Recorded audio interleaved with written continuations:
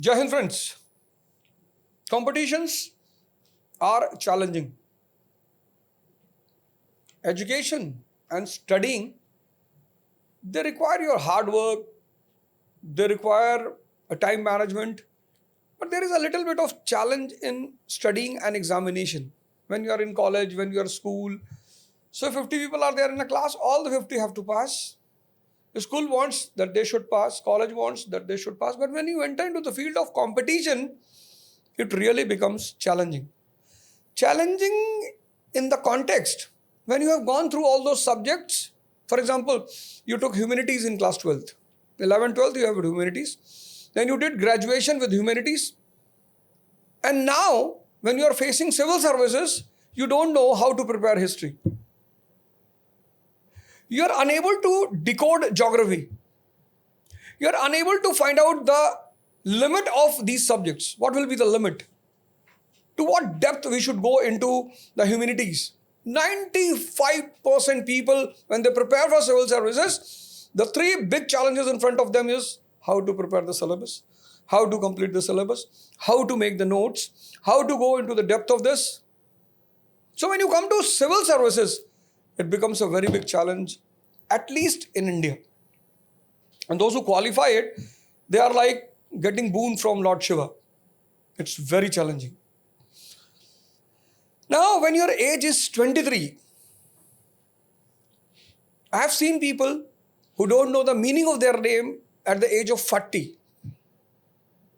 When your age is 21 and you appear for the first interview of IAS without any coaching and guidance. At the age of 23, I'm not talking about help. Help is taken, but regular foundation course, the person has not done from anywhere. He has taken the help, he has taken the test series, he has taken certain notes, he has taken certain books. That is fine. But as you come here and spend 2 years, 3 years, that is not the case with him. He got selected at the age of 23 with 74th rank. I'm talking about Harsh Nehara from Meerut. Outstanding achievement. Outstanding. Well, at the age of 23, when you belong to a rural background, your father is a farmer, although he is MA of his time. Your mother is a teacher, primary school teacher. So that means you belong to a family which is educated. Now he is a very competent man to talk about this Chakravyuh called as civil services. Congratulations, Harsh, for getting such an outstanding performance, achievement. Thank you, sir. And now we'll start the questions one by one. And I hope when you speak, please speak whatever you did and whatever you think is going to be helpful for the students. So first question, when you started your preparation, when you thought about your preparation, what was the point in your mind? How it came into your mind that I have to become a civil servant? Sir, as you mentioned that I belong to a rural background. So a large part of my life, I did not know that there is UPSC and civil services, to be honest. It was in my 12th class where I got to know through YouTube that there is this examination. And I went through the syllabus. That was the first thing that I did. So I was a student of biology. And before that, I wasn't much interested in humanities. But when I read the syllabus and I looked at the diversity of the subjects that we have to study, that spiked my interest into this examination. And as my interest grew, I got to know about the kind of jobs that a civil servant has to perform, the kind of contribution that he or she can make to the society. So coming from a rural background, seeing the problems of rural background through my own eyes, I realized that this would be a service in which I can realize my true potential, in which I can become a part of something bigger than myself. Correct. So at what age you started your preparation? Because 21 you gave the interview. So at what exactly age was that when you started your preparation? Sir, I wholeheartedly started my preparation in 2022. So at that time, I was in the middle of 2022. So I was 19 at that time. Yes, sir. But that means you took complete 2 years in your preparation. yes, sir. It took me around 2 years, 2 years. before writing my exam. So 24 you appeared for the first interview, 2024. Yes, sir. And at that time your age was 21. Yes, sir. 21 and 21. I was about to turn 22. So that was the time. now civil services, when this term comes into the mind of the people, most of them get frightened, some get disappointed, some come in fear ki God, what will happen? So if you want to explain this term civil services to the audience which is watching, ki what exactly civil service means, what will be your points? Sir, I think civil services as a whole is a platform which enables us or individuals to move in the direction in which our constitution desires our nation to move, right? Civil services, as it is rightly pointed, that it is the steel frame which makes this country strong, which helps this country stand strong and realize the ideals that were laid down by our forefathers who wanted to see us prosper, who wanted to see us, let's say, realizing our true potential, the true potential of Bharat. Correct. From where the preparation starts? There are 3 phases of this preparation. Prelims, mains, interview. From where the preparation starts? Sir, the preparation starts from understanding. Not from prelims, not from mains. First from understanding the syllabus. First from understanding what this exam wants. And I think that has been my strength, that I realized it early in my preparation, what this exam exactly wants. Right? See, what he's saying, the preparation starts with your understanding and the requirement of the examination. Please note down these 2 words. With the entry in this field, you start rushing behind the books. I'll buy this book, I'll buy that book, this newspaper, that newspaper. The first step you have to do is, you have to understand on which path I'm going and what is the requirement of this examination. So go ahead. Yes, sir. So as we are talking about understanding, so before wholeheartedly starting to study, before getting into the books, it took me 2 years to understand this exam. I went through the syllabus, I went through topper talks, I went through their answer copies, the test copies that are there, to understand what this exam wants. Then I think a certain level of understanding in some foundation subjects, for example, polity, economics, geography, history, that needs to be there. So I gave around 3, 4, 5 months reading the NCRTs of these subjects solely.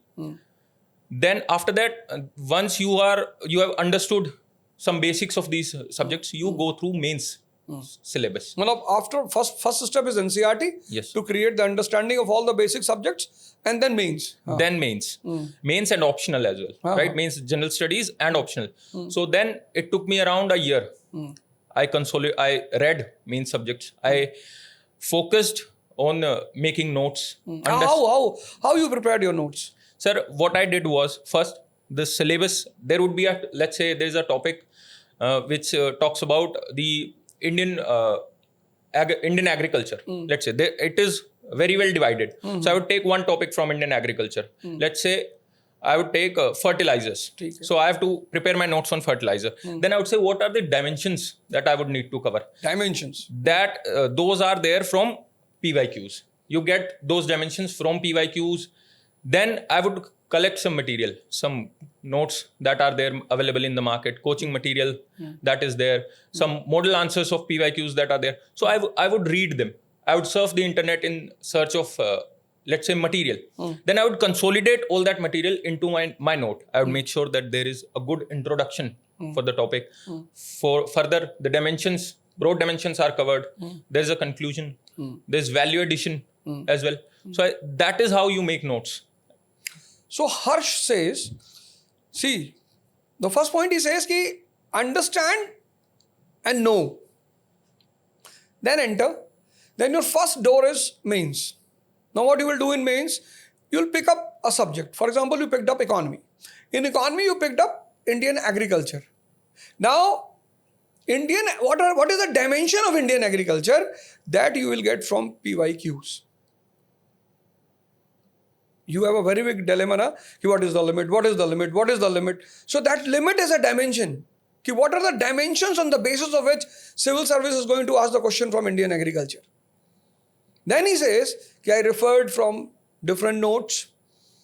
I took the material. I consolidated everything. See, this again term is very important, consolidation. He's not relying on any one thing. He has already created his base. He has a framework of Indian agriculture when he prepared his NCERT. Then he takes the books, PYQs, he sees the dimensions, how scientifically he's moving. First part, he has a frame. He has a frame of Indian economy. Then the second part, he's not immediately jumping in anything. Then second part, he takes a book. He takes PYQs. He understands the dimension. Then he takes the materials. He consolidates, and then at the last stage, he prepares his own notes. Can you imagine the brainstorming he did? And the best part, I tell you, most of you blame the coaching institutes and the teachers. This man has not done any foundation classes. He has taken the help from certain institutes and test series and material, but this man has not done any foundation course. So you can imagine the amount of hard work he has done on his behalf. It was his battle. ठीक है, someone will ride his chariot, fine. But ultimately he has to fight, and from him you have to learn that finally you have to fight. So your contribution will be very great. Fine, your notes is prepared. Yes. Then now it's time for starting to write answers. Once your notes are ready, now you have to write, because mains examination is an examination of writing. No matter how good your notes are, no matter how many times you have read them, unless you are not able to replicate your notes in 7 minutes or in 11 minutes onto that sheet of paper, then it is useless. See, the next point. Until and unless you are able to replicate your notes in 7-8 minutes in your answer sheet, that notes is useless. Most of you dump papers and papers and papers preparing notes, but you cannot write a single paragraph. See what he's saying. If you cannot replicate what is your notes, you cannot replicate in 7-8 minutes in your answer sheet. It's useless. Next. So I started writing. I used multiple test series. I wrote a lot of tests, right? So while writing my test, one thing that was always in the back of my mind was that the answer, whoever is evaluating my answer, should be at ease. There should not be any, let's say, pressure in his mind to find what is written where. I must present it in such a way that he would just glance at my answer copy and he would see, okay, he has written this, he has written this, here is the value addition, here is the fact. So that was my goal, to make things easy for the examiner. See, he's giving point after point. Your answer should be an easy thing to the examiner. Everything should be organized. There should be value addition, there should be evidences, there should be case studies, there should be examples. When he sees your answer, he feels happy from inside. Okay, this man not only understands, he knows how to present the things. Fine. Yes, sir. So this was broadly how I prepared for, let's say, mains. I would write, then I would revise if there was some, let's say, gaps in my preparation, if there is a particular topic on which I could not write good answers or I did not have good content. So then I would go to the model answers provided by the coachings, or look into the material that is further available to further strengthen my hold on that topic, so that I am able to answer it in a better manner next time. Fine. So you did this in your mains strategy, as a mains strategy. Yes, sir. Notes preparation, answer presentation, clear-cut understanding, consolidation. All this was as part of strategy of mains. Prelims. Sir, for prelims, I'm a believer that prelims is an examination which is, it is a by large a static examination, where subjects like polity, economics, geography. Again, there are 6 subjects. Out of those 6, at least 4 must be your strength, such that you have at least 75 to 80% accuracy in those subjects. Correct. For me, it was polity, economics, geography, and environment.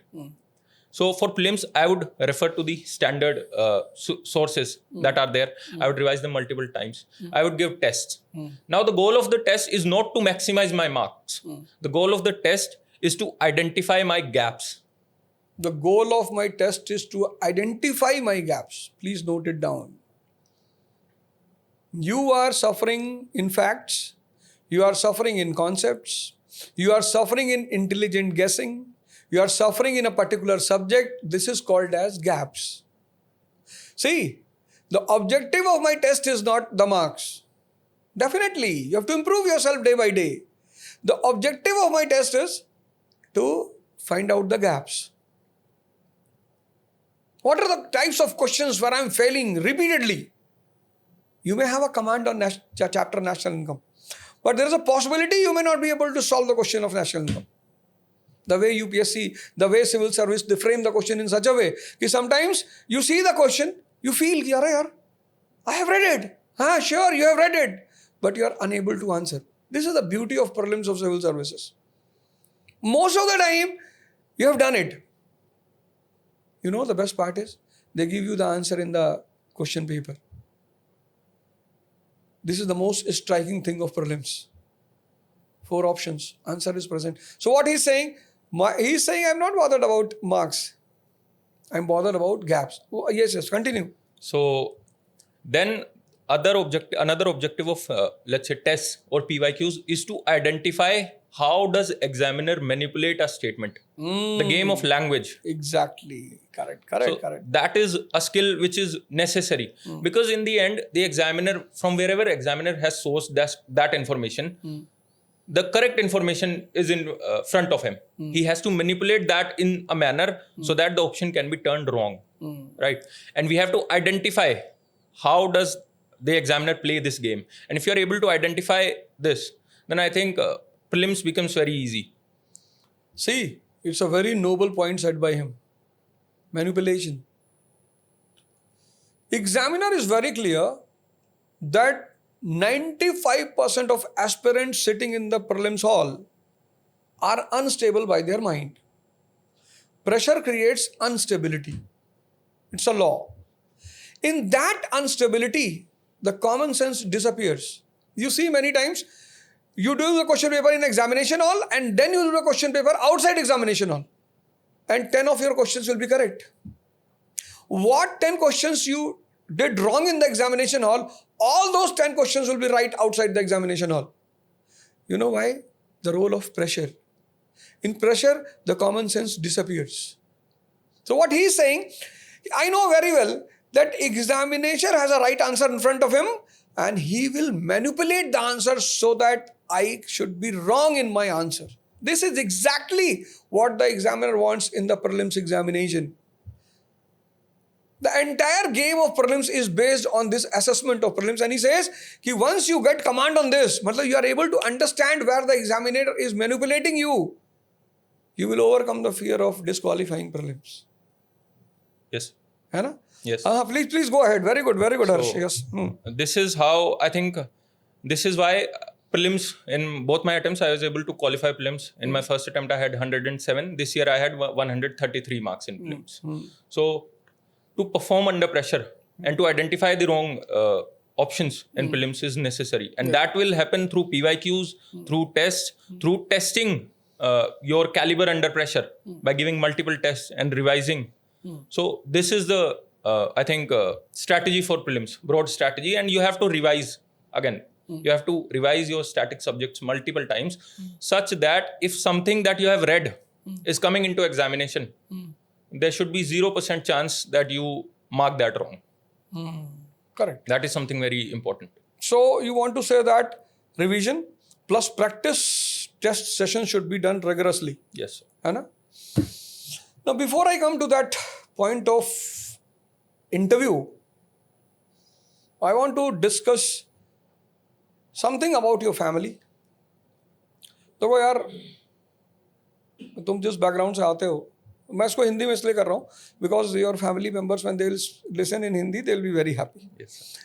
तो माँ बाप, मैं जहाँ तक जानता हूँ, किसी जो भी लड़का IAS बनता है ना, उसमें सबसे बड़ा कंट्रीब्यूशन उसके पेरेंट्स का होता है. 90% केसेस में ऐसा ही होता है. 10% में बाकी लोग आते हैं, पर 90 पेरेंट्स का होता है. तुम्हारे पेरेंट्स ने क्या रोल प्ले किया? क्या नाम है तुम्हारे पापा का? सर अजय कुमार नेहरा. एंड मम्मा का? मम्मा Anita. She is a teacher. Yes sir. बताओ यार कुछ अपने माँ बाप तो के बारे में. सर मेरे लिए तो आई थिंक मेरा पूरा सिलेक्शन ही मेरी फैमिली की वजह से हुआ है. मैं तो सिर्फ जस्ट पढ़ रहा था. It was their support, their resources that they invested in me, the जो ट्रस्ट उन्होंने मुझ पर दिखाया, दैट इज समथिंग जिसने मुझे आज आई थिंक इस एग्जामिनेशन में सफलता दी है. क्या कहती थी मम्मा तुम्हारी जब तुम पहली बार एग्जाम देने गए?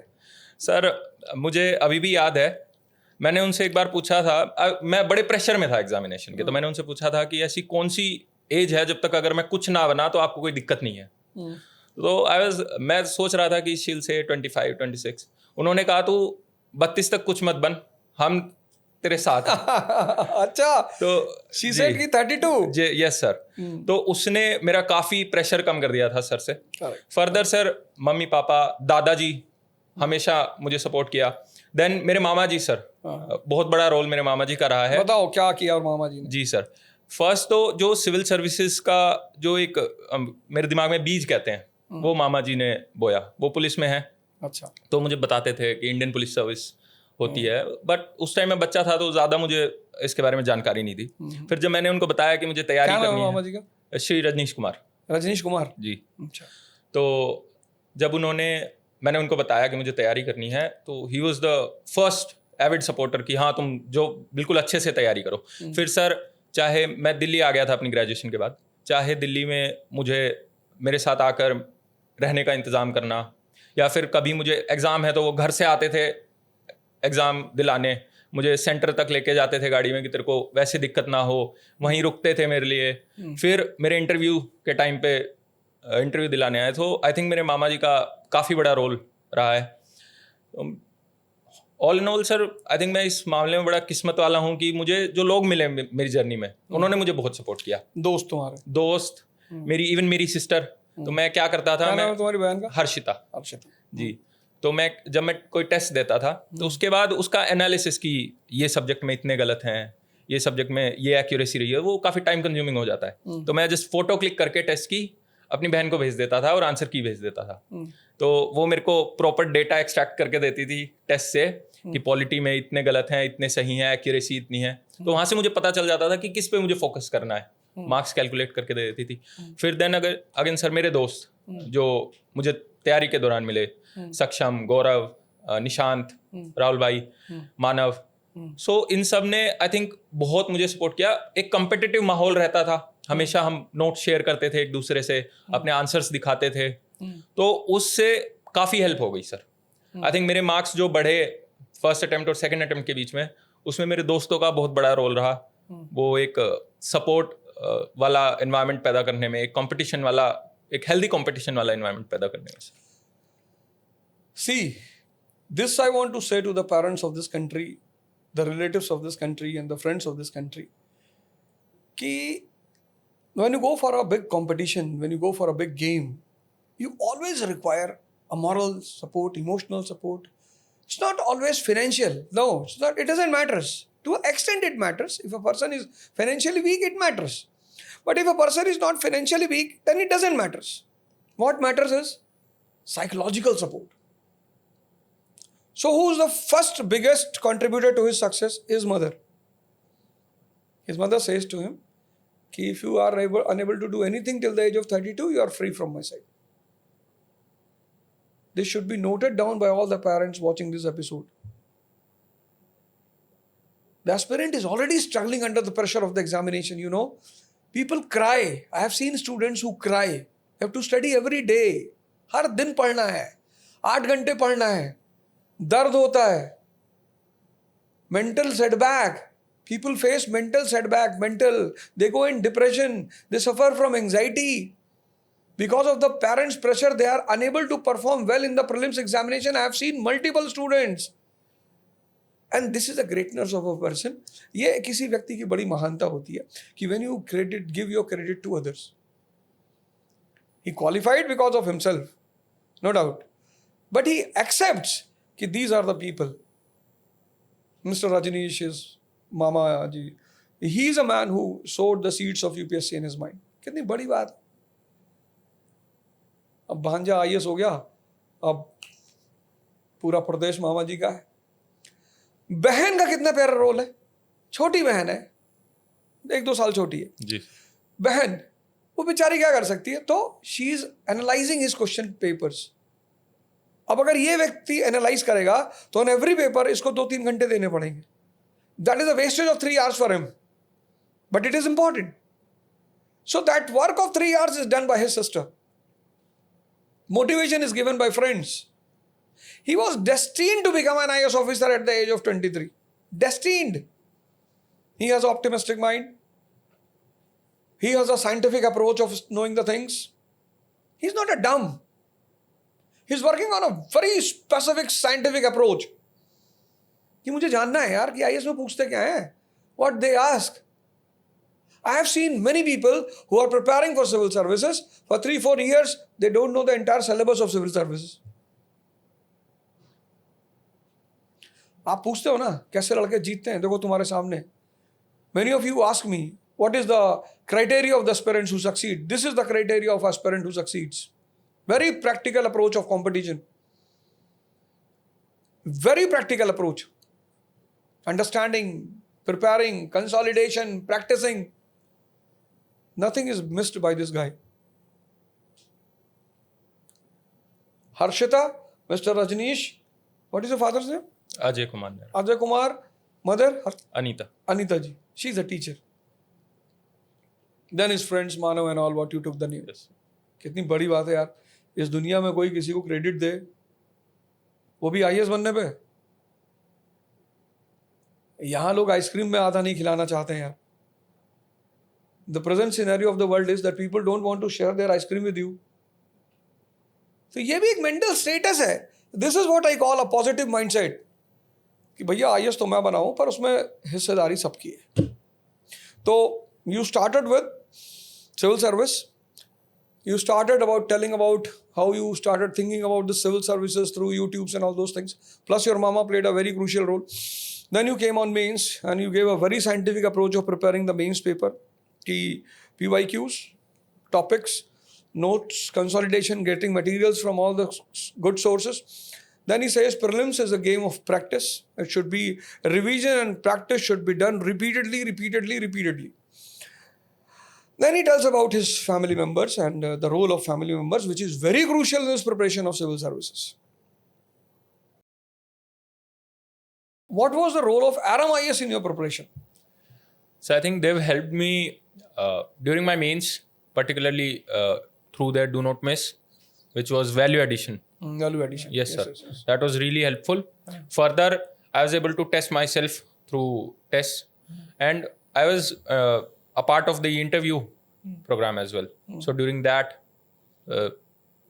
current affairs discussions were there. So I was able to complete the current affairs discussion quite easily, without searching for here and there. Well, they became a light for you in this preparation. Yes. Fine. Now, how was your first interview? So first interview went well. So how much marks you got? So 160. Okay. First. So it went well.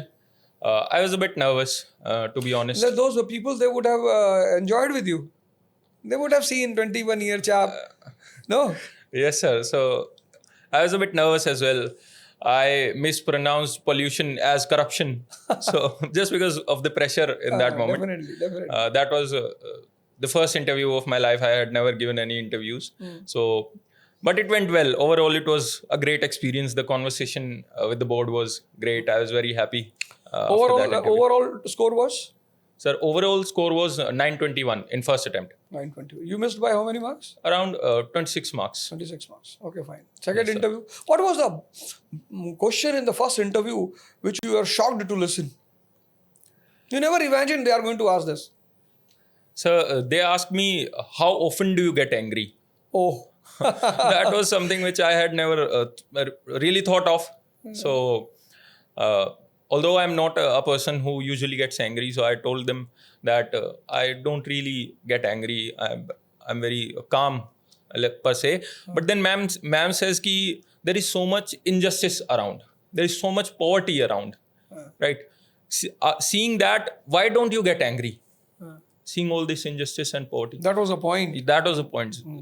So then I realized that yes, ma'am wanted to check my social awareness. Social awareness. In that sense. Correct. Plus, they wanted to see your perspective towards it. Yes, sir. How you think about all these things. You Yes, cannot sir. be. You cannot close your eyes. Exactly, sir. So that was the point. Then in second interview. Sir, in second interview, it also went well. The board was very interested in me. Sir asked me, just as I was entering, sir said that, okay, you're born in 2002, but you are blessed with a good physique. You don't look very young, a 21-year-old. You have big arms and all. So what are the pros and cons of it? So I mentioned whatever pros and cons I could think of. And then sir says that sir went into his own childhood experiences. Sir told me that sir was also just like me. And sir's mother would fight with the bus conductor to ensure the age. half ticket. Half ticket. Yes, sir. So that was very interesting in that sense. We also discussed a lot about my DAF, about my, let's say, optional subject, anthropology. We discussed that a bit. How is this optional anthropology?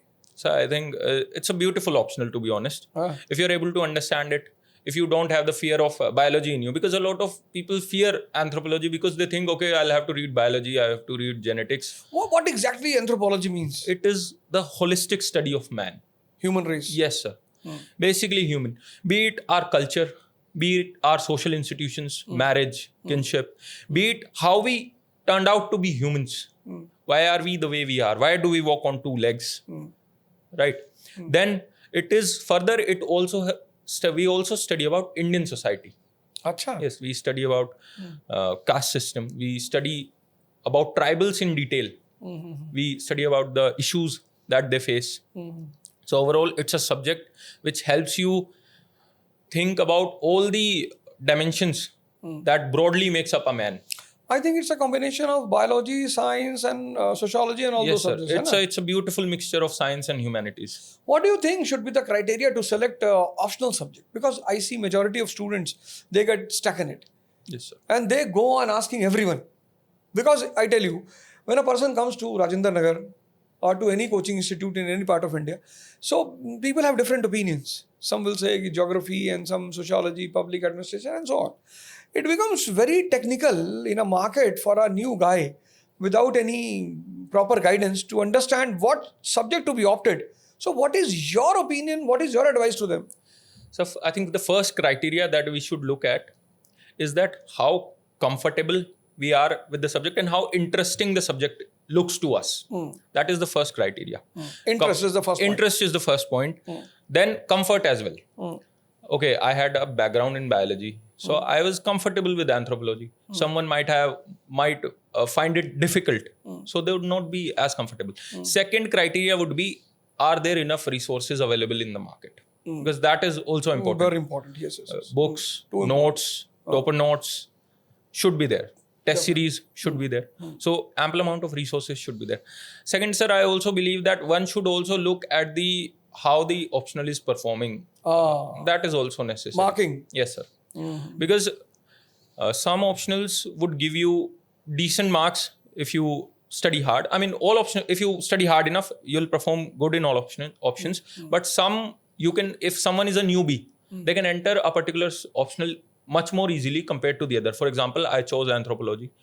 I was able to read it. But if I had chosen, let's say, law, I had no background in law. I wasn't comfortable with law. Okay, I might give 5 years to law and then I might be able to replicate it. But how easily you're able to understand is also necessary. Correct. How comfortable you are with the optional.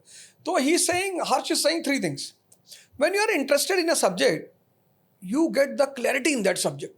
It's a very important point.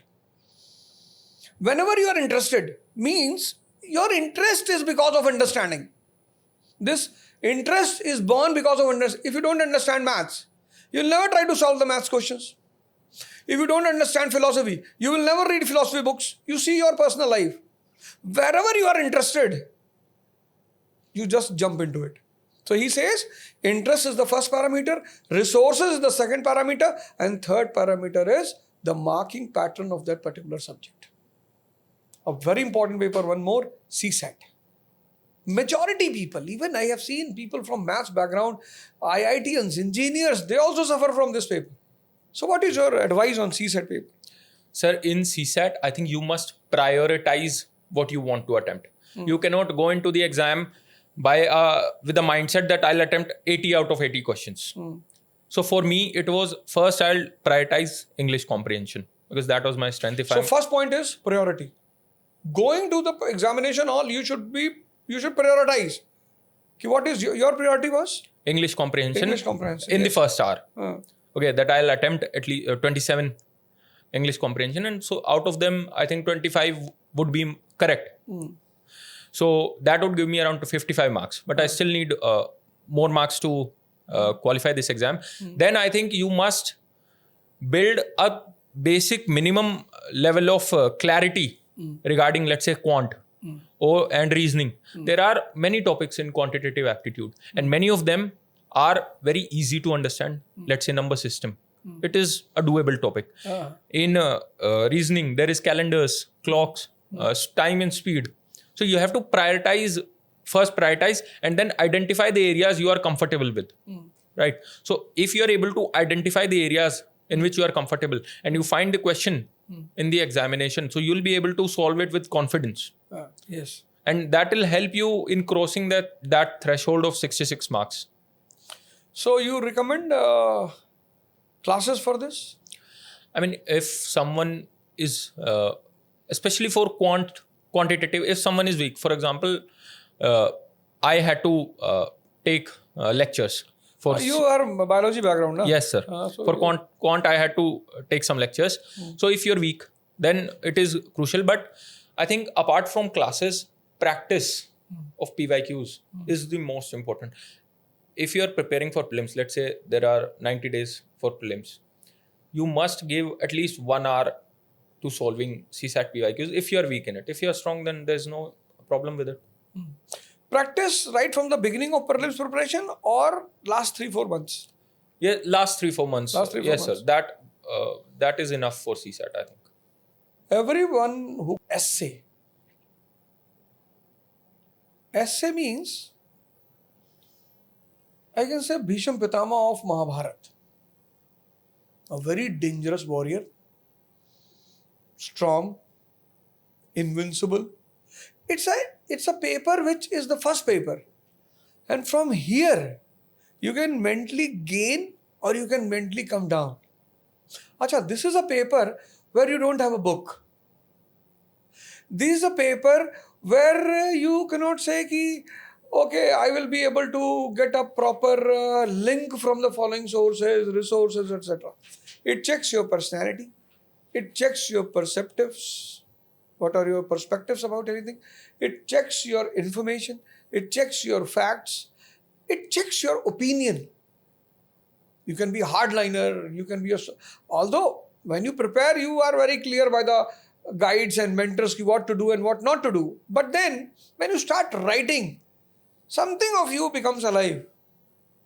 How much you got in essay? 105. 105. Acha.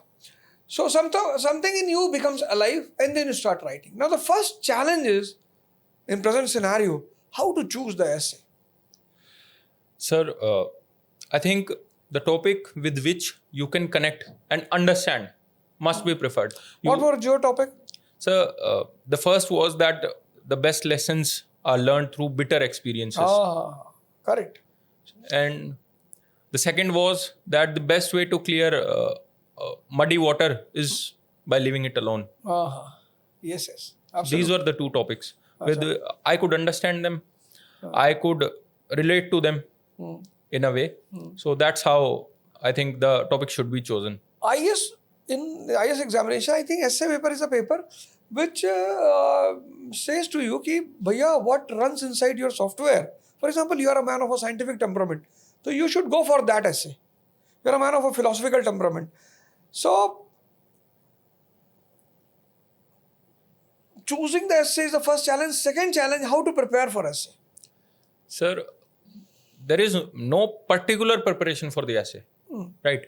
As all of the preparation that you have done, or the way your personality has grown, the ways your ideas have shaped you, the ways those ideas have been imbibed in you, comes out in the essay paper. All that knowledge is useful in essay paper. So the best way to prepare for essay, first to read. First is to read good essays. Know what. Did anthropology help you in writing your essay?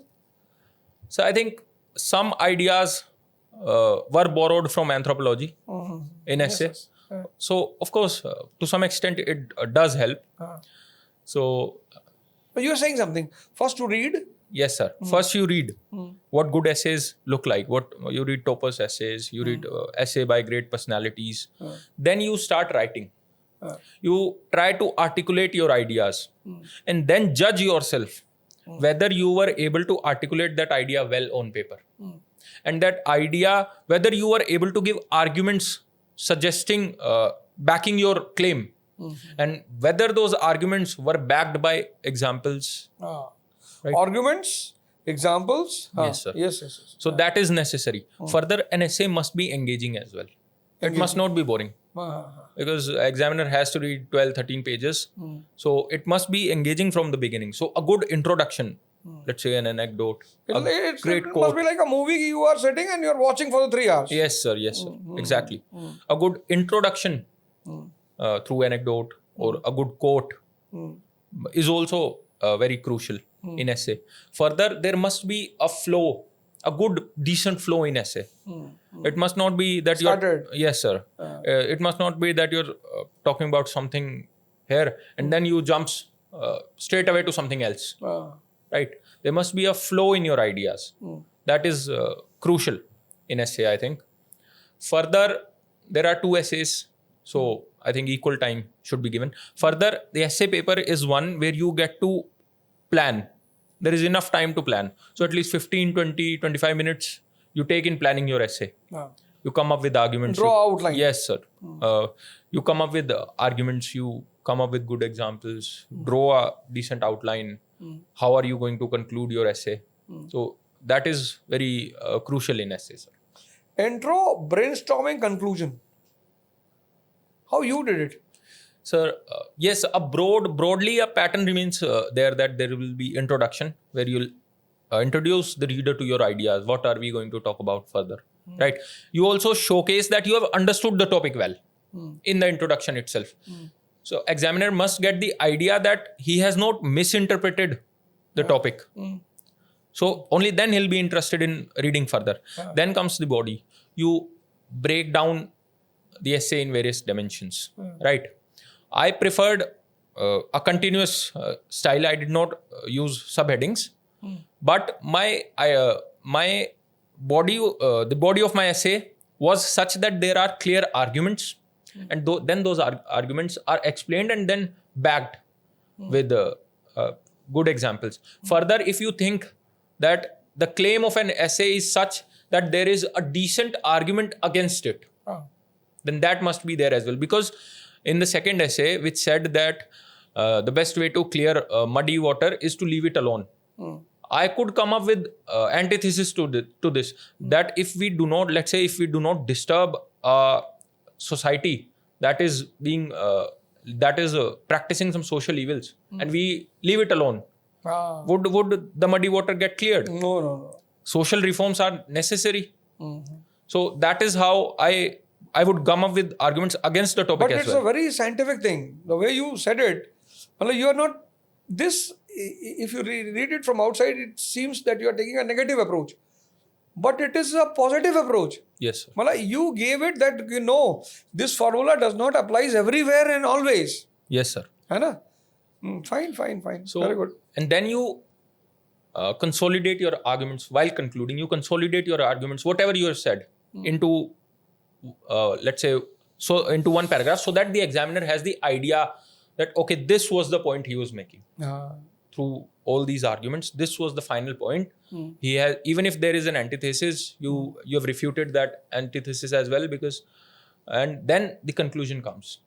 In conclusion, you tells about the practical implication of this idea, the futuristic outlook. If we implement this idea in our real life, what good things are going to come out of it? So that is how you deal with it. How many mock essays to be written? I think before writing your real mains, I think 6, 7 to 10. Yes. 5, 6. Yes, 5, 6. Under 10 you should write. Yes, sir. है ना? This is the basic. I don't think there are any books for essays. No, sir. I haven't come across any. Even I have not come. So what is the role of previous papers that I want? And second thing, time management. Sir, I think previous papers are a guide to what kind of essays you are expected to write. Like a mentor. Yes, sir. They gives you direction. Because in recent times, if there are philosophical essays, you must be prepared to write philosophical essays. Correct. Right. Further, the previous year topics, let's say a quote was asked last year, I can use that quote in the next essay to back up my claim. Right. And in regarding time allocation, I think equal amount should be given. We have 3 hours and we take 15 minutes per essay to chart out the outline. So that's 30 minutes out of it. So out of the 2.5 hours that we have, should be given for writing. Yes, sir. Qualifies this examination called IAS is a man of gems. This I have seen in 25 years of my teaching experience. Even when I was preparing, many of my friends, they qualified IAS, and I accepted that they had something extra other than me.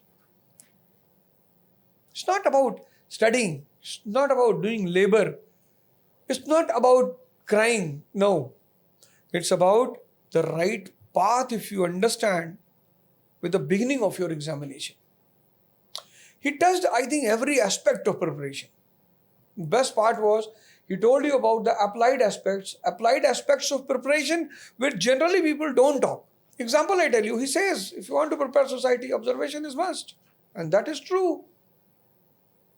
It's not only studying the books, mugging up the notes, crying here and there, what should I do? It's an evolvement of brain and personality both. And after talking to him for almost 2 hours, I said earlier also, he deserved to get first rank. His concepts are clear, his approach is clear, his direction is clear. He is a man of a clear thoughts regarding this civil service preparation. And he got the result. 74th rank, IAS. And hope you, if you go through this podcast patiently, I will repeat it again, 70% of your challenges will be over. So wait. If you possible, see it for 3-4 times. Because an idea can change your life. So, first paper, wonderful paper, history, geography, society. You know, in 1970, the song in the Bollywood was, कि फूल तुम्हें भेजा है, खत में फूल नहीं मेरा दिल है. You know why?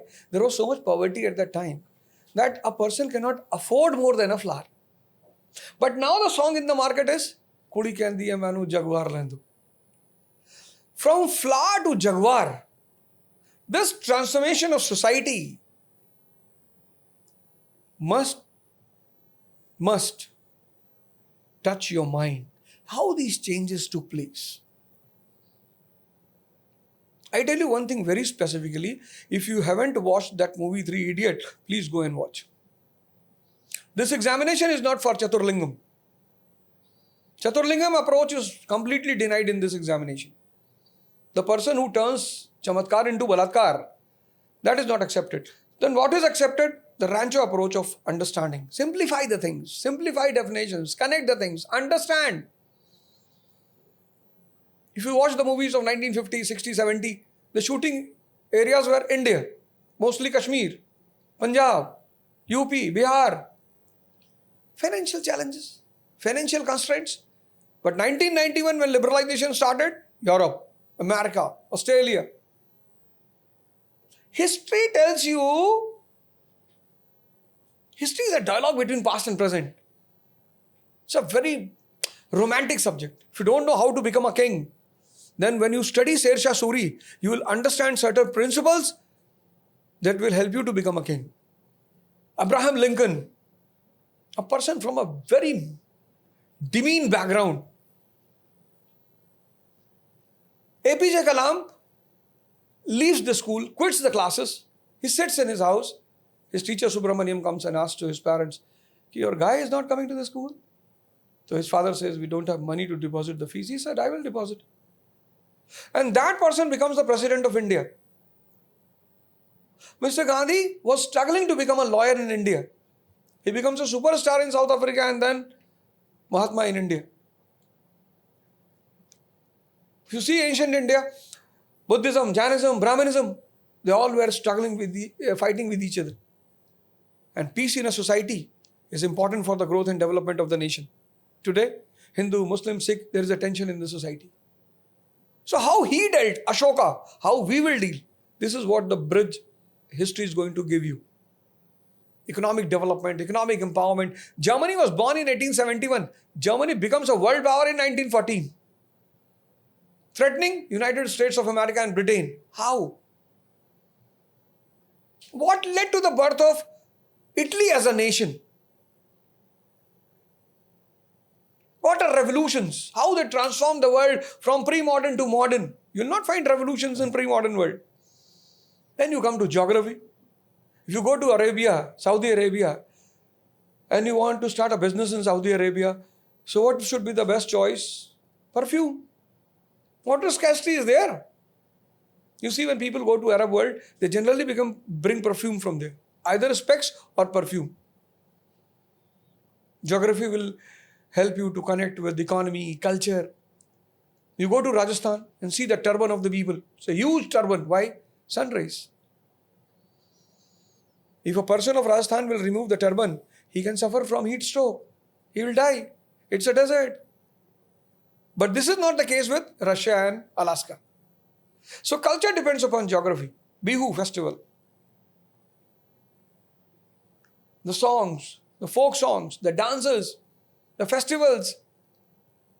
Once you understand geography, you can understand economy. You can understand culture. You can understand society as well. And when you come to the society, all your dumbness, you want to improve the status of the Indian women. Very good. So what you will do? You'll see the status of the women in the United States of America. Economic independence leads to social independence. You see Afghanistan, women are suffering. Not because of religion, not because of geography. They are suffering because of economic dependence. So first paper is very romantic. And he told you, Harsh told you the limit. Open the PYQs. Why you are struggling? If you want to prepare history, if you want to prepare Gandhian era, 1920 to 1948, Gandhian era in India, and you want to know what is the limit of the questions, what is the dimension of the questions, before starting the books, Spectrum and what you said, Vipin Chandra and all. Yes, sir. So before opening the books, note down the questions of past 15 years. You'll get the dimension, you'll get the limit. Don't mug up. Don't get offended. Don't get disappointed. Don't feel pain. This much to study. No, this much to enjoy. History. Let's come to the first chapter. First topic, history. Yes. What do you think about history? So I think it's a beautiful subject. But it's an analytical subject as well. It's not something which you mug up. Of course, there are few things you have to mug up, but it's an analytical subject, especially for UPSC. They want to check your analysis. If national movement rose, why did it rose? If national movement starts, why? See, they want to check your level of analysis.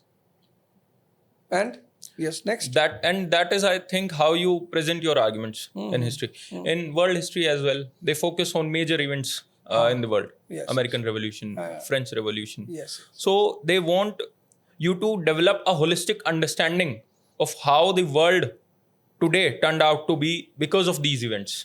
Correct. How this modern world came into existence. Yes, sir. When you say modern world, modern education, modern administration, modern military. So what does you mean by this modern? This entire story is hidden in world history syllabus. And that too 1750 to 1991.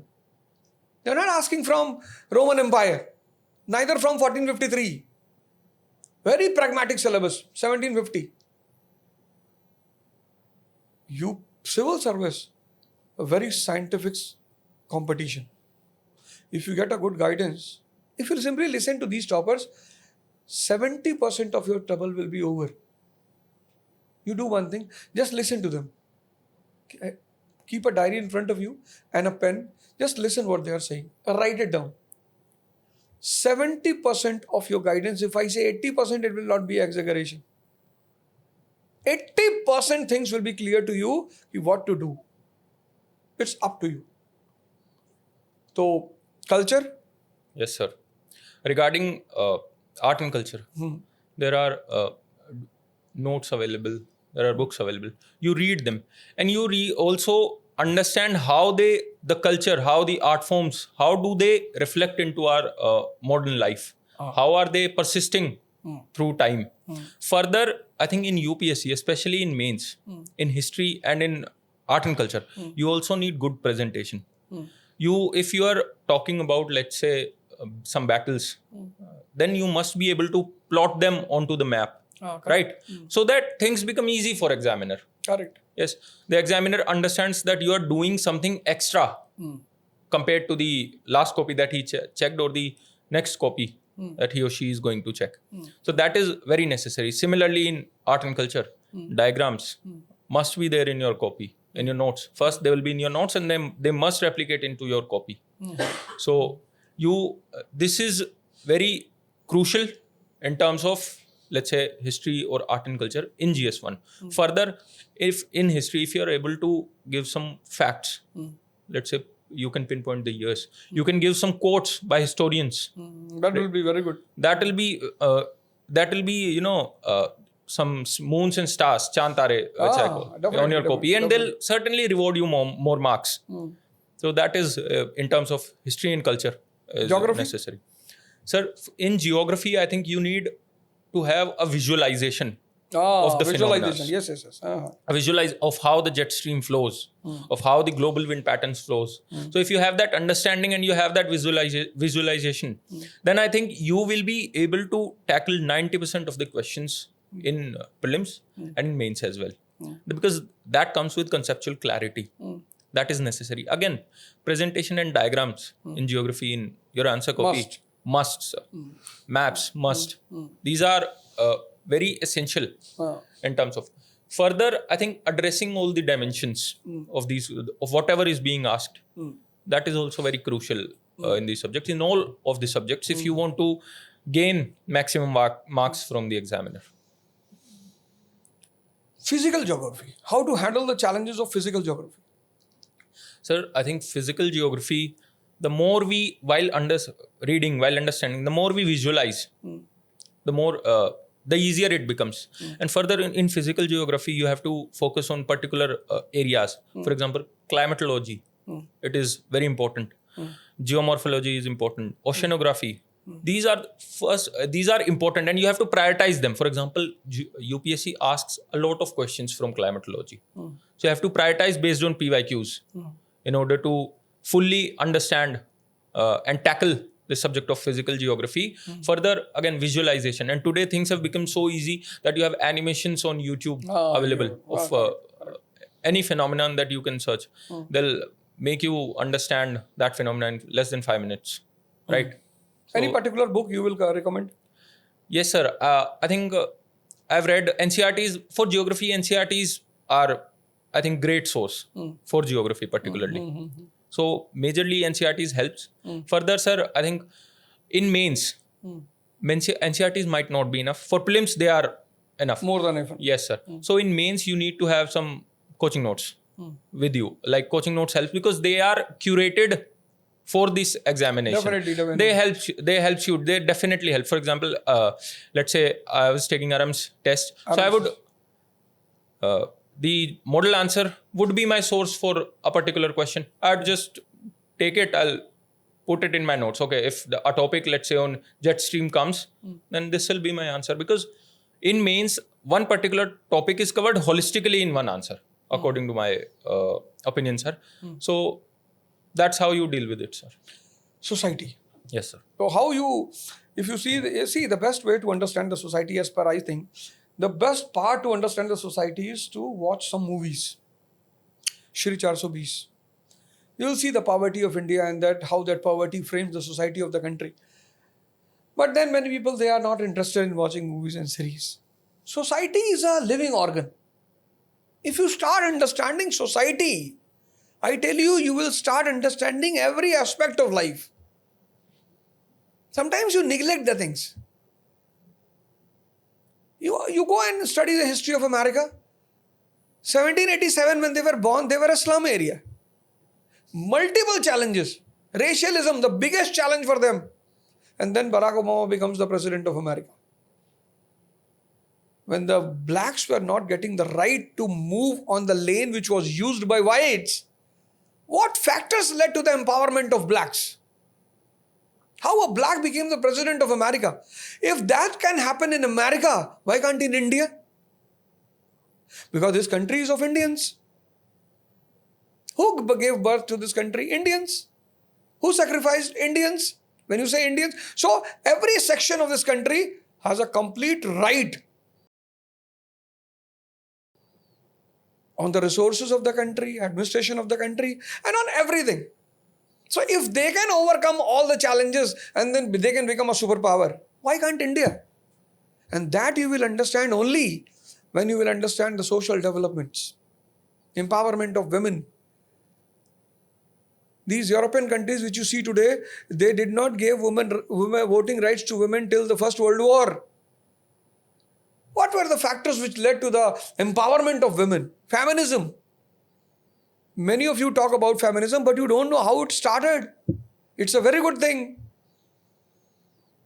Reservation is the life breath of this country. Means I want to say कि it's an example. When you meet a topper, you want to know the success story of the topper. So why don't you understand the success story of Germany, success story of Japan, success story of China, US, and those success stories, their development, upliftment of societies will help you to solve majority of your challenges. So what's your opinion on society? Yes, sir. We have to understand society apart from the concepts, the theoretical concepts that are there. Apart from them, we have to learn about our society through our observation. See. I tell you, if you watch these toppers podcast, you will not need anything. All your dilemmas will be overseen. He did not use this word he said in geography, visualization. These are the keywords which you have to write. He specifically said visualization in geography. He said conceptual clarity in history. Now he's saying observation. So history, concepts, geography, visualization, society, observation. These are the hidden gems which a topper tells you when he or she comes in the mood to give as a gift something to the new aspirants. How observation? Please explain. Sir, for example, if we have to understand the process of urbanization in, let's say, society. I come from a rural background. I came to Delhi for, let's say, my studies. So what are the changes that I am observing? These changes that you observe would be able to, you'll able to put them in your answer copy. I'll tell you how. Because this year, there was a question on fast food habits. So how are you able to connect the sociological concepts with the question on fast food. So I would show how stratification is there in terms of fast food. How the upper class is eating a different kind of fast food compared to, let's say, lower classes. So that is how stratification comes. How? Please give the example. Sir, the upper class today is eating fast, is moving towards a term we call healthier fast foods, avocado toasts. Avocado toast. Yes, sir. Correct. Great. While the middle class is with these corporate fast foods, Pasta, Pizza Hut, McDonald's. While the lower class is still eating, let's say, jalebi, Maggie. Wow. So this stratification, if you're able to put it into your answers with regards to, let's say, fast food, then the examiner would know that this person, the student, understands society, understands sociological concepts. And he's a good observer. Yes. See, even you must have watched all these things. You would have never avocado toast. Higher class. Definitely, they will not go for jalebi. Most of them are suffering from BP and sugar. Avocado toast. Middle class, pizza and pasta. And lower class, jalebi and Maggie. And this comes from observation. Any other example? I think you deserve to be an IAS officer and you should have got first rank here. The way you are talking, but finally you became an IAS officer. I don't think you will give the another attempt. No, sir. But you deserve to get the first rank. Yes. So well, I tell you one thing. When I came here, and I asked you from where you did all these things. You did foundation course. You said I did not did. I thought, yeah. Many people are hiding because they don't want to tell. You said I took the help of coachings. I did test series. I took notes from the coaching institutes. All this you said. But when you said I haven't done a foundation course, I was surprised. How is it possible? 23 years of age. But now I accept. Seeing your mental status, I accept that you deserved to be an IAS officer. And from my side, I don't know what was the luck's favor, but you deserve to get first rank. Any other examples? Sir, this is the one example that I can think of. Further, sir, let's say we are reading about migration. Earlier, migration used to be stress-driven. There's drought in particular area. There's no jobs, limited jobs in particular area. So you'd migrate. Today, migration is aspirational. Okay, there might be jobs available, let's say in my city, but better jobs, better education is available, let's say in Delhi. And migration is aspirations. Ultimate, yaar. Wow. And even there is stratification in migration as well. Let's say I come from a middle class to lower middle class background. What would be my aspiration in terms of migrating? Okay, I've grown up in Meerut. I must move to Mumbai. I must move to Bangalore. But the person who is from, let's say, the higher class, they have had greater exposure. Their aspiration would be, okay, I must move to Canada. I must move to UK. So these sociological concepts are applicable and there is interconnections as well. We are connecting social stratification with migration, with urbanization. So if you're able to show this in your answers, then I think UPSC will reward you more. Definitely. Because you're not talking bookish. Your writings are based on observation. Yes. Fine. So in this first paper, what were your striking areas? Books and series, any test series? Yes, sir. I did take test series. Further, I think the Do Not Miss series. That is there. Yes, sir. So what happens there is you get model answers of, let's say, PYQs and test series. So as I was talking about, okay, for geography, my area would be, let's say, this model answer would be my source for this topic. So there it helped. It helped because the answers are pre-structured. You just have to read about them. And if the question comes in real exam, then you have to just replicate. Any book on society from there? Yes, sir. I think Pearson publication. So for society, I mean, apart from this observation and all, you also need some theoretical backing, right?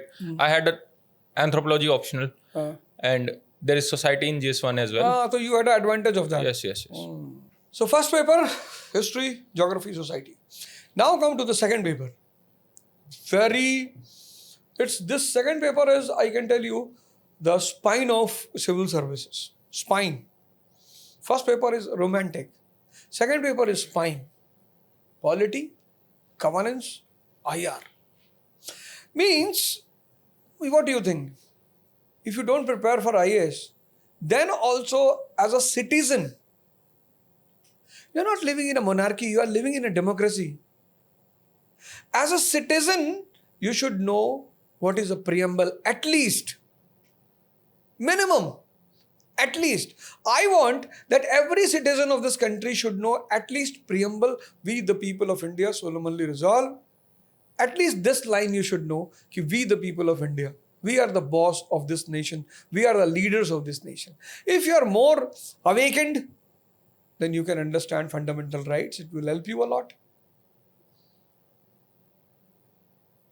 Then you can understand directive principles, the promise of the state for the promotion of growth and development of the state. Then you will go for judiciary, executive, legislature. You will understand the political structure, administrative structure. Then you will go for governance, the model of management, the way of management. And you will enjoy all these things. It's not a matter of education. It's a matter of learning. You are well educated. You are already graduate, postgraduate, IIT and IIM. You will learn all these things. As per my opinion, every individual in this country after graduation should go for the preparation of civil services, irrespective whether he wants to be an IAS officer or not. It's not possible for everyone to qualify IAS, that I also know.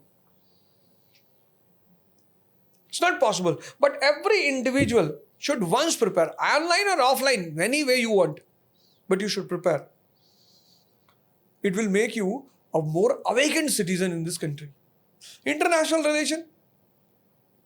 Afghanistan has no resources, but we aspire for the friendship with Afghanistan. You know why? It's a square, Chauraha. If you sit in Afghanistan, you have access to China. You enter in Russia, Iran, India and Pakistan. But you want to have a good friendship with Arab world. Resources. Resource, R is equal to I. Relation depends upon interest. There is a very famous incident. This man, Tsar Nicholas II, Tsar Nicholas I, he wrote to British leaders, I think 1815, Alexander, not even Nicholas, Alexander I of Russia. He wrote to British Prime Minister, ki we are Christians. Let the Christians unite and eliminate this Muslim power Turkey. And then Britain gives the reply, ki friendship does not depend upon religion, caste. R is not R. R is equal to I. So Alexander said, what? Well, our relation depends upon interest. We have a deep interest with Arab world. We have a deep interest with China. Irrespective of all the differences, we have a deep interest with China. We have an interest with Russia, United States of America. It's a global economy. It's a global economy. We are not North Korea. We cannot isolate ourselves and live. So all these relations of the world, all these connectivity, all these aspects, you will go in the second paper. If I remove your spine, you will die. Similarly, if you remove the second paper, the beauty of civil service examination will come to an end. What do you think? Yes, sir. Absolutely. Polity. How you deal with polity? So, for polity, first, you must have understanding of the constitution. That is essential. Which part of the constitution says what? Correct. What are the goals of our constitution? Then there must be, it also requires clear understanding of the articles, of the important articles at least. Exactly. Yes, sir. That is very important in polity. And in while writing your answers, I think references to constitution, references to articles, references to crucial judgments that have shaped our nation must come. Value addition. Yes, sir. They will be rewarded. Further, let's say if we are talking about federalism, we have to talk about, let's say, the case laws that are there. Yes, sir. So that is basically my approach. Further, sir, I think focusing on each of the concept that is being asked in the mains examination. For example, if we are talking about judicial independence, we must talk about how it is threatened, how we can strengthen it, why it is crucial, right? And what are the steps that constitution, what are the provision that constitution lays in order to ensure it. So if this is being asked, then I think that must be there in your answer. Further references to global best practices in terms of, let's say, constitution. For example, UK has great practice in terms of speaker's role. So those are also crucial. But to do all this, first you need standard foundational knowledge of polity. Apart from NCERT, which book? Yes, sir. The Lakshmikant for polity is good. So I think that gives you basic understanding. Outline a very good structural understanding. Yes, sir.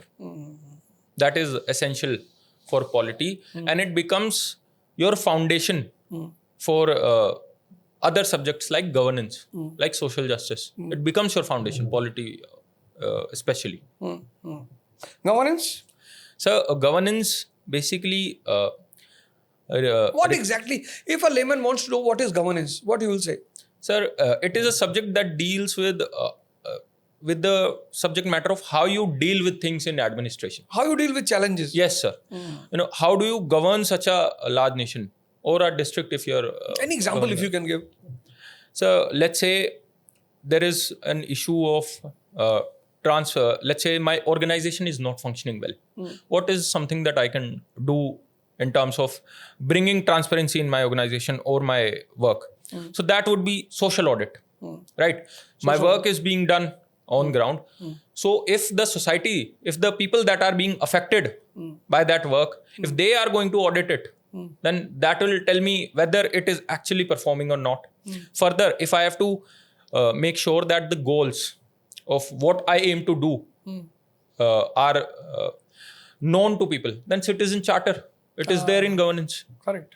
So it tells you how to deal with things in governance, in management. That is, I think, what this does. So just like Lakshmikant is for polity, then Karthikeyan sir's book is for governance. That gives you proper clarity. Yes. Yes, sir. So I built my foundational knowledge using these books. Then I added value addition through test series or through internet. That was done. Don't miss it. Yes, sir. Yes, sir. So that played a very important role in value addition. Yes, sir. IR? Sir, IR, first you need understanding of IR in the sense of various dimensions. Let's say we are talking about India-Middle East relations.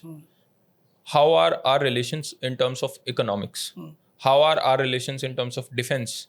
In terms of people-to-people ties? And if we have certain examples of ongoing initiatives in these spheres, then that really helps. And if these examples are also current based, then that helps. Further, in IR, I think scholars' viewpoint is also... Perspective is yes, important. sir. These are also very important, and they add, let's say, weight to your argument. They do add a weight to your argument. They add value to your answers. And you must be able to let's say you must be able to articulate well how does this relationship is in interest of India, how does it benefit India and that country as well, because IR in the end is a game of interests, right? So that's how you deal with how IR. You prepared your notes of this IR? Sir, IR is largely current based. Current based, yes. So for this I did not go for particular notes, but what I did was specific dimensions are mentioned. Let's say India and its neighborhood. So there are 7-8 countries in our neighborhood. I would take up one country, let's say Pakistan. I would know what are our current realities with Pakistan, what has been the historical development with this country, what are our initiatives in various dimensions that we were talking about, what do some scholars say about it, right? So that becomes crucial. And I think then maps are also important in IR answers. You have to put maps there as well. So I think these things broadly cover an international relations topic. Further, the do not miss will provide you current affairs and all. So what is the specialty of do not miss? Because I have seen people mentioning about do not miss. What is the special? What do you find the special thing in that series? So first thing is you get a lot of things in one place. You don't have to search here and there and waste your time. You get a lot of things in there as well, and you get structured. It is very well structured. So you just have to refer it, you have to internalize it, and then you can replicate in the paper. Mala, it gives you a ready-made notes Yes, for the sir. last moment. Yes, sir. Yes, sir. It prepares And you. it gives you current affairs as well, because let's say I'm preparing for 1 year, I might not have been able to look at every relevant topic that is there. So at the last moment before mains, I can just go through it, right? Acha. And that will provide me enough confidence, okay, that I have gone through major events that have occurred, major happenings that are there in the world, and of जिनकी probability ज़्यादा है आने की. So that it helps in that, sir. How important is the understanding of terms and languages in the second paper? Sir, it is very crucial. You must have command over the language, either English or Hindi, whichever is your medium, so that you're able to understand the demand of the question. You are able to break down the question in parts which it is referring to or which it is asking you. So only then you'll be able to answer holistically. So I think for this, practice is required. For this, topper copies are a good source, because there you read the question. Then you come up with the dimensions that you are going to address, and then you check what are the dimensions that topper has addressed. And if there is some gap between your interpretation and the topper's interpretation, then that can be filled through that way. So first paper, romanticism. Second paper, spine. Third paper is the soul of civil services. Economy. Matlab, if you see the philosophy, dharma, arth, kam, moksha. There is no life without economy. Chanakya wrote a book on polity. The name of the book is Arthashastra. See the importance of economy in human life. The book deals with polity, a Saptang theory of state. But the title of the book is Arthashastra. It's not Rajneet Shastra. And from here comes the picture that there can be no empire without economy. There can be no family without economy. So economy. Then with economy, now you want to grow, you want to develop. But there are certain limitations in this world. We are suffering from the environmental challenges. We have to maintain the carbon emission.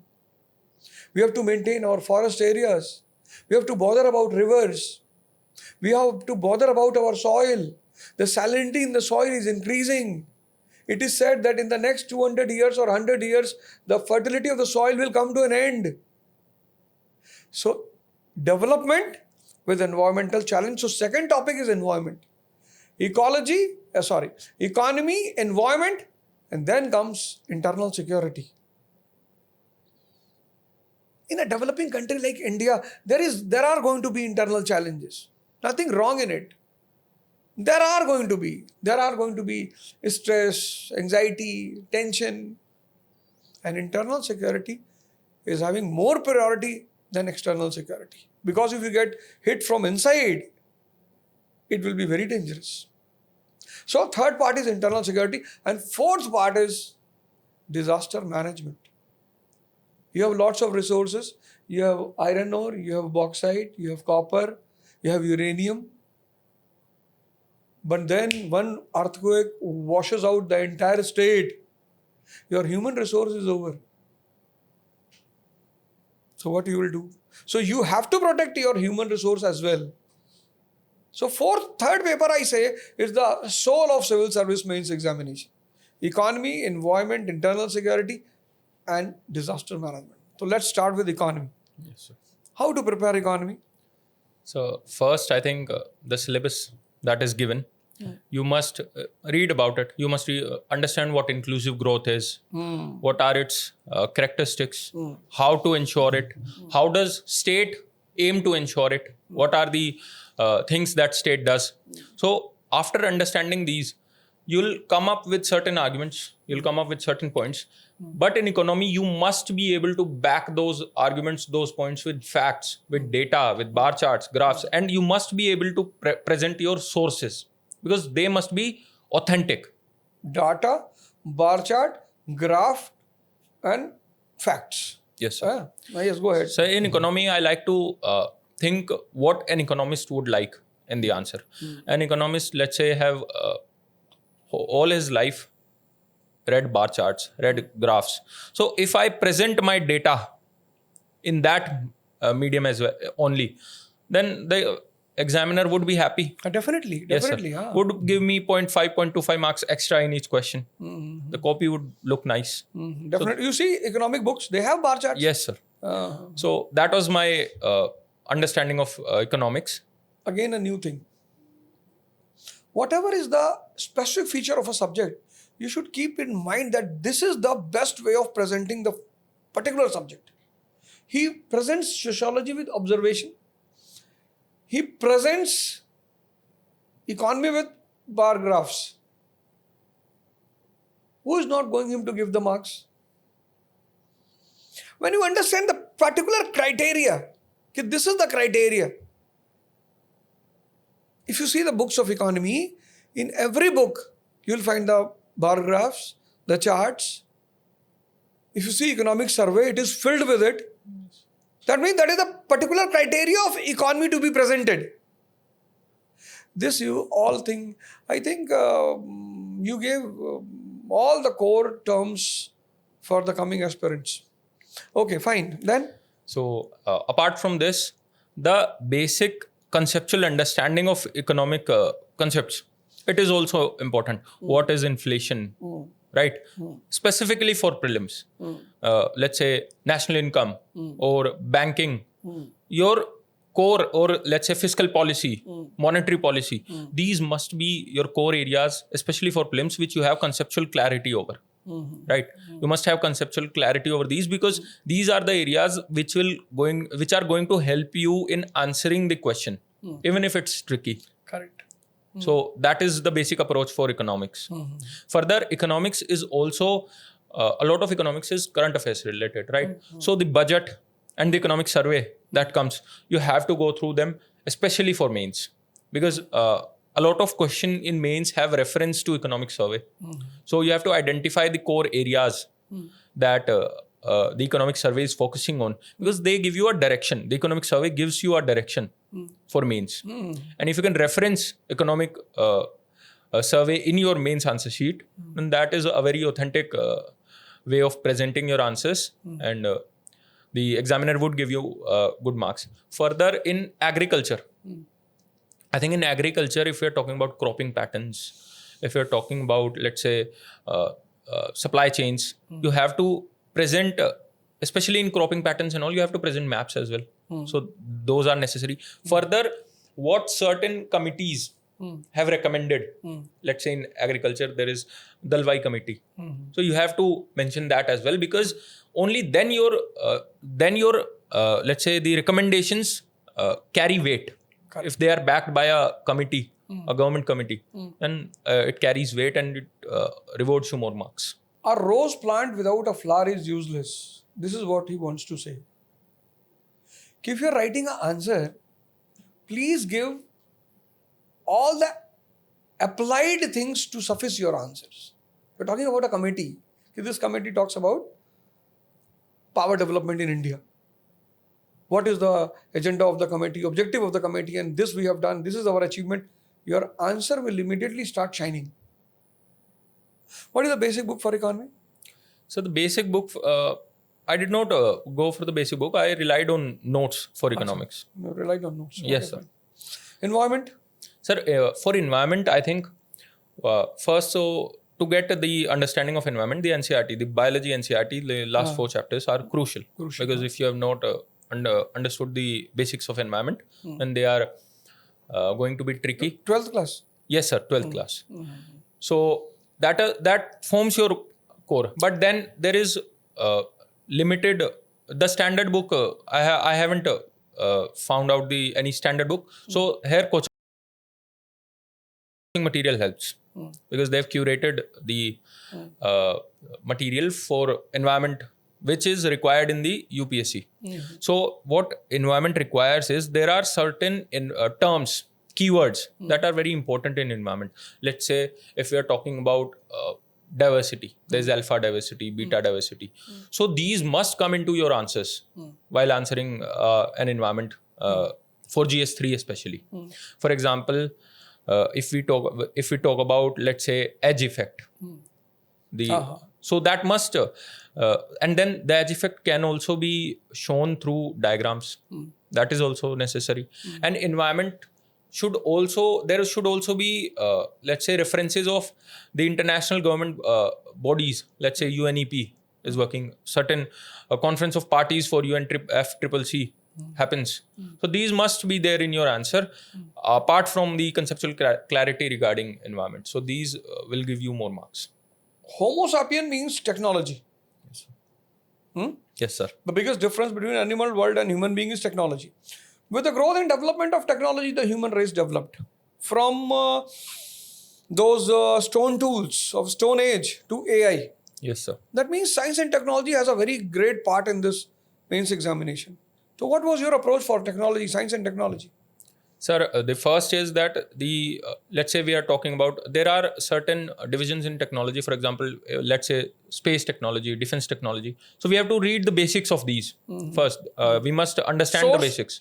Source, sir, again, I relied on coaching notes for technology. I haven't found the books. Any particular book? Yes, sir. That was difficult. Finding a book for technology was difficult. The coaching material was useful here.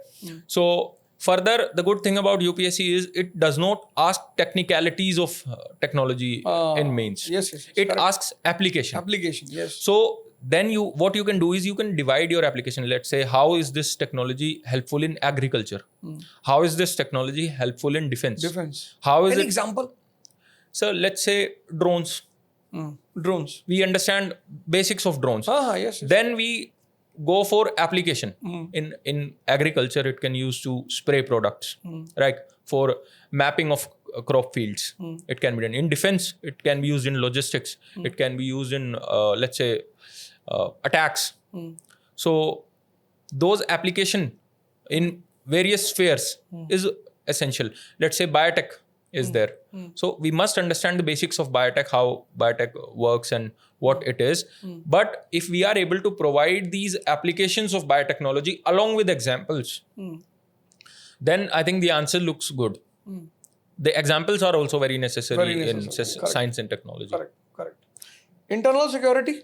Sir, internal security, I think, is one of the most rewarding subjects because it is largely static. We know we can predict the questions in internal security. That is the best part of it. That is the best part of it. And if we prepare the topics well, for example, let's say Naxalism. How did it emerge? What are the specific stages of Naxalism? What are the challenges that it poses in front of us? How are we tackling those challenges? So these dimensions you have to cover for each and every topic. Internal security, let's say Naxalism, terrorism, or let's say the cyber crimes that are happening. So these must be there. Further, the focus must be on recommendations as well. How are we going to deal with them?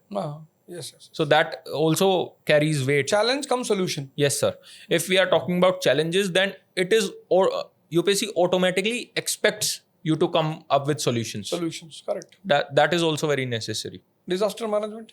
So for disaster management, apart from the traditional disasters that we prepare, let's say earthquake or tsunami, there is, of course, NDMA guidelines are there. Those are great source for preparing our disaster management. Further, the basics of disaster management. How do we prepare for a disaster before it happens? That is the point. So there is a whole cyclic approach. What to do before a disaster. Let's say early warning systems must be in place. What to do while a disaster is happening. How to reconstruct things. So that cyclic approach is applicable in disaster management in almost all disasters. Further, UPSC is also focusing on new kinds of disaster. Let's say the urban flooding is happening because there is rampant urbanization now. So you must also prepare them. Let's say this year there is heat wave. So who knows, UPSC might ask about heat waves. Very crucial. So, heat wave, yes. So this is how you prepare for disaster management. And the good thing is that it is also largely static. Right? There are only 5 to 10 disasters that we have to prepare. And further, if we let's say if we have certain frameworks in our mind, for example, Sendai framework is there, and we are able to use it to come up with recommendations or even mention it in our answers, then I think the answer carries value and gets marks.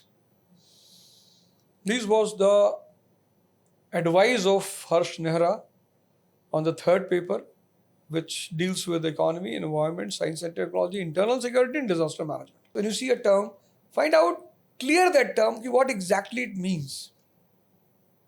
So, it's very important for you. Fourth, let's come to the fourth paper. And fourth paper is very crucial, plus very challenging also. Reason, you don't have a definite source. There is no definite source for ethics, as far as I think. There are certain books written by many people, and one of them I think is again written by Karthikeyan sir has written a book on ethics. That we'll discuss about that. So, this paper of ethics becomes, there are two papers which become challenge for almost every student, CSAT and ethics. If you are able to clear all, you are able to clear essay, you are able to clear first paper, second paper, third paper, these two things become very challenging. So we are going to discuss the last two things, three things. One is the fourth paper, ethics. Then we'll discuss about CSAT. We'll have some insight from him because he's a wonderful person. And as many people I met, I have seen in my 25 years teaching career, lots of gems I have seen. He's one of them, no doubt. As I discussed him, I'm clear he is one of those gems who clarified this, and he deserves to clarify. Hope you will also accept it when you will listen all his words, what he's saying, and be conscious and then listen. Don't be impatient. Don't pick up and see your messages and you're watching a series and don't do all these things. Listen to him carefully. I tell you 70% of your challenges will be over. Because if you're not studying society without observation, no one can give you a good marks in that paper. Observation is mandatory to understand society. Bar graph is mandatory for economy. Diagrams are necessity of geography. As per the subject itself says. So now let's come to ethics. You accept ethics paper is challenging? So it is challenging in that sense, but once you understand it, then it becomes easier, and it is one of the most scoring subjects if you understand it well. If you understand, correct. What is the right parameter? Theory and cases. How to connect both the things? Yes, sir. So theory, we read theory. Theory imparts us with the ethical knowledge, like how did these ethical concepts emerge? What is teleology, deontology? What are Gandhian ethics? But then in case study, we have to back our actions with theory. Like if I am taking a particular action, and in case study, if I say, okay, I'll do this, and if I am able to back it with a particular theory, because Gandhian ethics motivates me to do so, because teleology motivates me to do so, then I think that becomes a plus point. That's how you integrate both of them. Further, theoretical arguments can be backed up with examples from case studies. Correct. So that is how you integrate both of these things. Best medium for case studies? Medium as in? From where you get these case studies? Sir, case studies, the best medium for case studies, to be honest, is the PYQs. PYQs. Because so many case studies have been asked that they are starting to repeat themselves. There are only limited amount of case studies or types of challenges that can be there, because there are environmental case studies. There are case studies related to, let's say, administrative corruption, or case studies related to tension in family, in how are you going to deal with, let's say, unrest, civil unrest. So if you read PYQs and you make certain frameworks of how to tackle these challenges, then I think you can deal with case studies easily. Fine. Textbook and test series regarding the fourth paper. Yes, sir. So while the book by Karthikeyan sir helps in clearing concepts, I also relied on, let's say, notes by my mentor. So that was also helpful in ethics. Further, tests helps you in coming up with arguments. Test series is also, writing practice is crucial for GS paper 4 because what it teaches you that how to structure your arguments well. Because Writing practice is crucial in fourth paper. Note it down. Because it helps you how to structure your cases. These are the points which you have to pay attention. Please go ahead. So in section 1, you have to come up with arguments rooted in ethics, arguments rooted in morality, and you have to come up with examples. So you might have 50 examples in your notes. If you're not able to put them into the answer copy, then they are useless. Useless. Yes, sir. Fine. So test series helps in that sense, especially regarding ethics. Further, I think certain keywords, ethical keywords, are also important. For example, if we are, let's say, philosophers from both East and the West, if we use their quotes, use their ideas into our answers, then our answers become valuable. They become, let's say, the examiner would reward you marks. If Any quote from any Western philosopher which you like. If you don't like, you can leave the question. If you remember, because I know you are in a free mood, you don't want to remember anything. Any quote from Eastern philosopher? Sir, I think I cannot recall a quote, but I've used Gandhiji's talisman quite a lot. Which is, I think, written in NCRTs Yes, when sir, you see yes, a sir. weak person. So both in case studies, in section 1, I've used Gandhiji's talisman.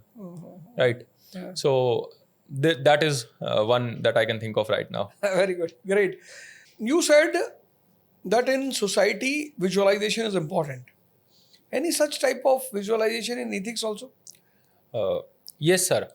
I think along with the arguments, the examples, if they come from your observation of the things around you, or if they come from real life, the real life examples are much more valuable and are rewarded much more than the theoretical. What is the role of group study in preparing ethics? Yes, sir. I think group study does help, especially in ethics, because we come up with different perspectives on a particular case study or a ethical situation. So different perspectives on a case study would give you a lot of content, content to write on a particular case study. Someone will solve a particular case in a particular manner. Other would do this. And out of them, that you can identify the best one and present it in your answers. Many students face very big challenge in ethics. What is your advice to them? A to Z advice. 1, 2, 3, 4 points. The first would be to understand the subject, to understand the key terms that are there. What is ethics? What is emotional intelligence? Emotional intelligence, exactly. So to understand these terms, if we are able to understand them, then I think 50% of our work for ethics is done. Further, try to observe the different situations in your own life and how do they relate to these, to let's say, the ethics subject. If you're facing let's say, dilemma in whether to continue your job or to go for the civil services exam, that's a dilemma. Then how do you resolve it? Do you, let's say, choose deontology, that is, I must do my duty, or take the teleological approach, that the end goal is there, because in your job you might be earning well, really well, and the end goal would be that you'll retire happily. But if I prefer, let's say, deontology, and I say, okay, my duty is to my duty would be to try to make this country or make this world a better place, right? Because as you said, we the people of India. So that is my duty. So I can go into the civil services. Again, deontology is applicable in private sector as well. Private sector is also doing its duty to develop our country. True. So